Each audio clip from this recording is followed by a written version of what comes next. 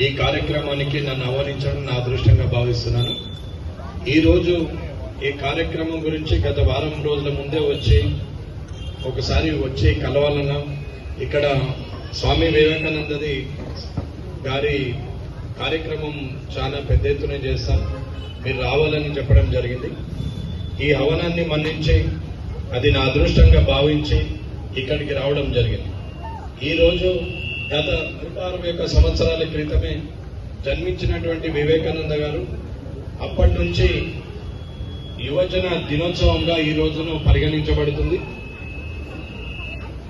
యువతరమే రాబోయే కాలానికి మార్గదర్శకంగా ఉండాలని, యువజనులే మొత్తం మంది అన్ని రంగాలలో ముందుకు రావాలనేది ఆయన అభిప్రాయం. ఎప్పుడైతే యువకులు ముందుకు వస్తారో, ఎప్పుడైతే యువకులు వచ్చి ప్రాతినిధ్యం వహిస్తారో ఆ రంగం నిజంగా కూడా చాలా బాగుంటుంది.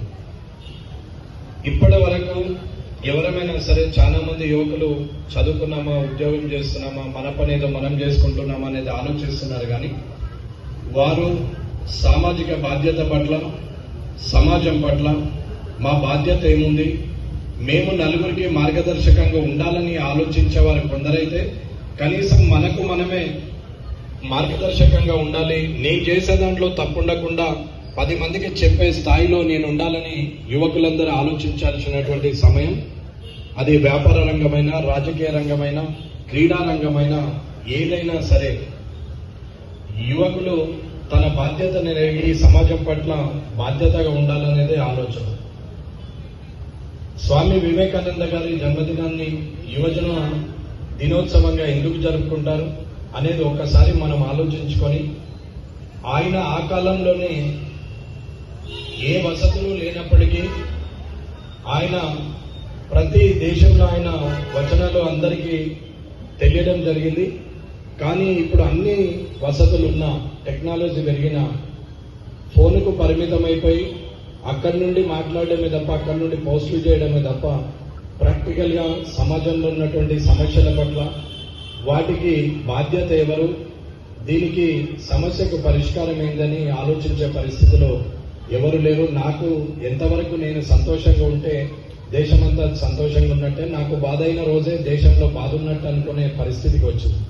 అది కాకుండా నేను, నా కుటుంబము, అలాగే నా సమాజం కూడా ఆనందంగా ఉండాలి. వారి సమస్యల్లో కూడా నేను ఒక కుటుంబ సభ్యునిగా పాలు పంచుకోవాలి. అసలు సమస్య అనేది ఎందుకు వస్తున్నది, ఎక్కడ మొదలవుతున్నది, ఎవరికి వారే బాధ్యతగా ఉంటే ఈ సమస్య అనేది రాదు కదా అనేది చిన్న ఆలోచన ఒక్కరోసారి యువకులందరూ ఆలోచించుకుంటూ అవుతుంది.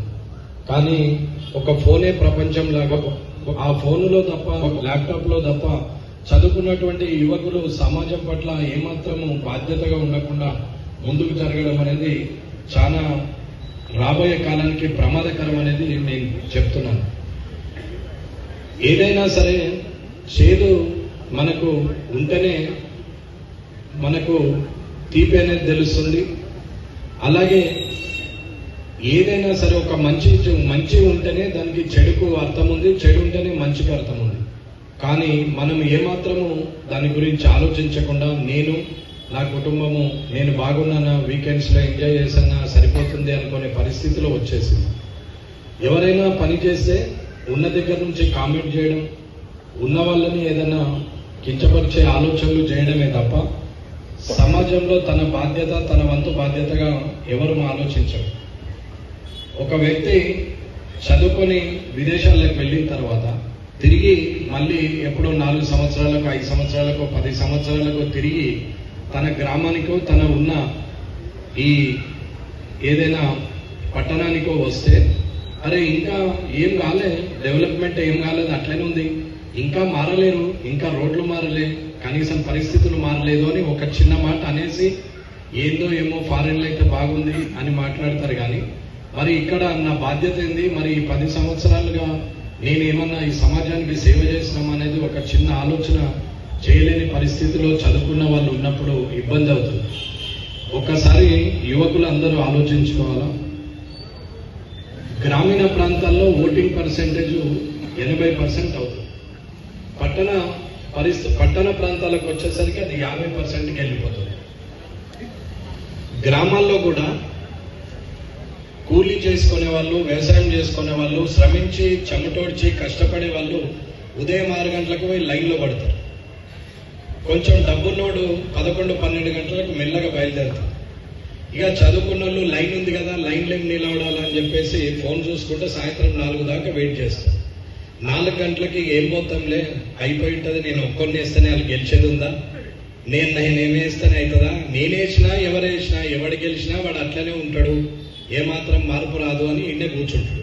కనీసం 2 అడుగులు వేసే పరిస్థితి కూడా లేదు. ఇది గ్రామీణ వాతావరణంలో చదువుకున్న వాళ్ళది, డబ్బులున్న వాళ్ళని చెప్తాను. ఇక మన దగ్గరికి వస్తే సెలబ్రిటీలు, బ్యూరోక్రాట్లు, బిజినెస్ పీపుల్ అందరికీ సమయం ఉండదు.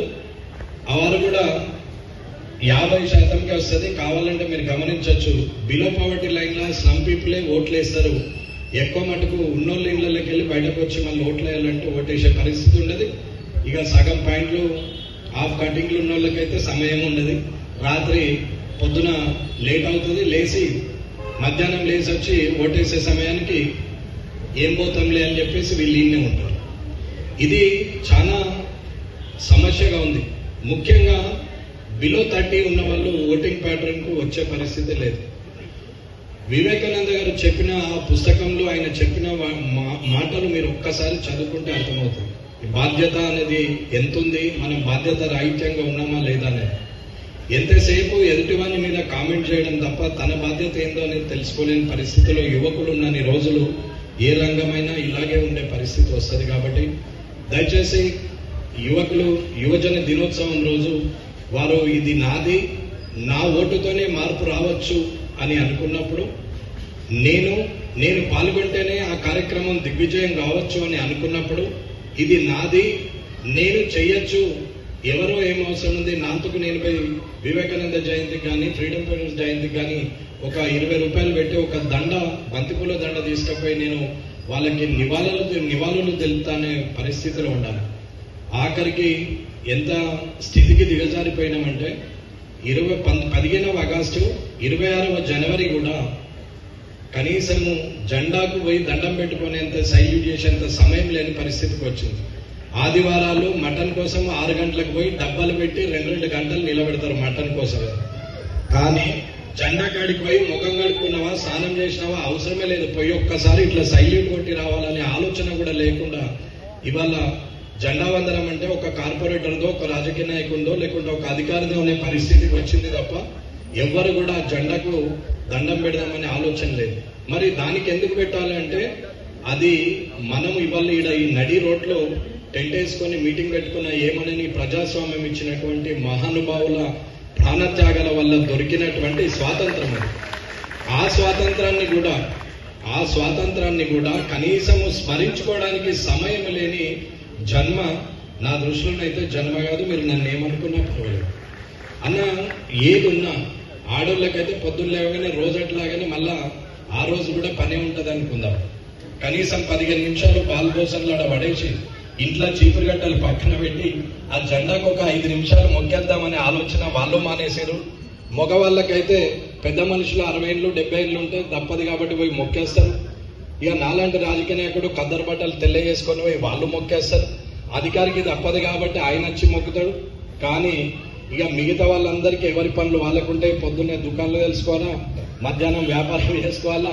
ఇక పిల్లలైతే రేపు ఎట్లాగూ 15వ ఆగస్టు హాలిడే కదా అని రాత్రి 12 దాకా అదే ఫోన్లో ఇయర్ చెవులో పుల్లలు పెట్టుకోవాలా, 2 వరకు చూడాలా, పడుకొని పొద్దున 12కి లేవాలా. లేచే ముందర కనీసం తల్లిదండ్రులు కూడా ఏమరా ఇవాళ 15వ ఆగస్టు స్వాతంత్ర దినోత్సవం, ఈ బతుకుతున్నది వాళ్ళు పెట్టిన భిక్ష, వాళ్ళ ప్రాణాలు 20 ఏళ్లకు 18 ఏళ్లకే భగత్ సింగ్ సింటోళ్ళు ప్రాణాలు అర్పణం చేసి వాళ్ళు మనకి ఇచ్చినటువంటి జీవితం. లేచి మొక్కిరారని చెప్పే తల్లిదండ్రులు లేరు. పైపోను బిడ్డ నువ్వు లేవగానే ఇక్కడ అన్నం వండి పెట్టినా, టిఫిన్ చేసి పెట్టినా లేచి తిను అని చెప్తారు. ఇంకా 12కి లేచినాక. ఇది తల్లిదండ్రుల ఆలోచన. కాబట్టి యువకుల్లో మార్పు రావాలి. యువకుడు ఆయన ఆలోచించే విధానంలో మార్పు రావాలి.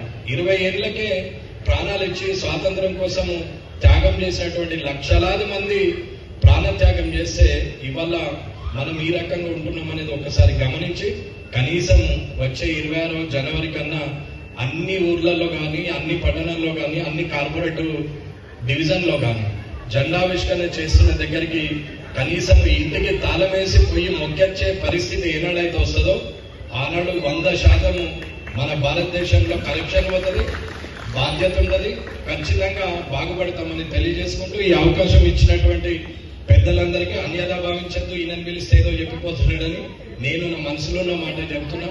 కాబట్టి ఇది నిజమే అని నేను అనుకుంటున్నా. మనస్ఫూర్తిగా మీరు ఈ 26 జనవరి కన్నా అలాంటి పెద్ద ఎత్తున జెండా పండుగ చేయాలని కోరుకుంటూ ఈ అవకాశం ఇచ్చిన టీం వివేకానంద వారికి, ఇక్కడ ఉన్నటువంటి రంగారెడ్డి అన్న గారికి, కార్పొరేటర్ గారికి, అందరికి కూడా ఎదురుగా కూర్చున్న అందరికి, హిందూ బంధువులందరికీ కూడా నా యొక్క ధన్యవాదాలు తెలియజేస్తూ ముగిస్తున్నాను. జై భారత్.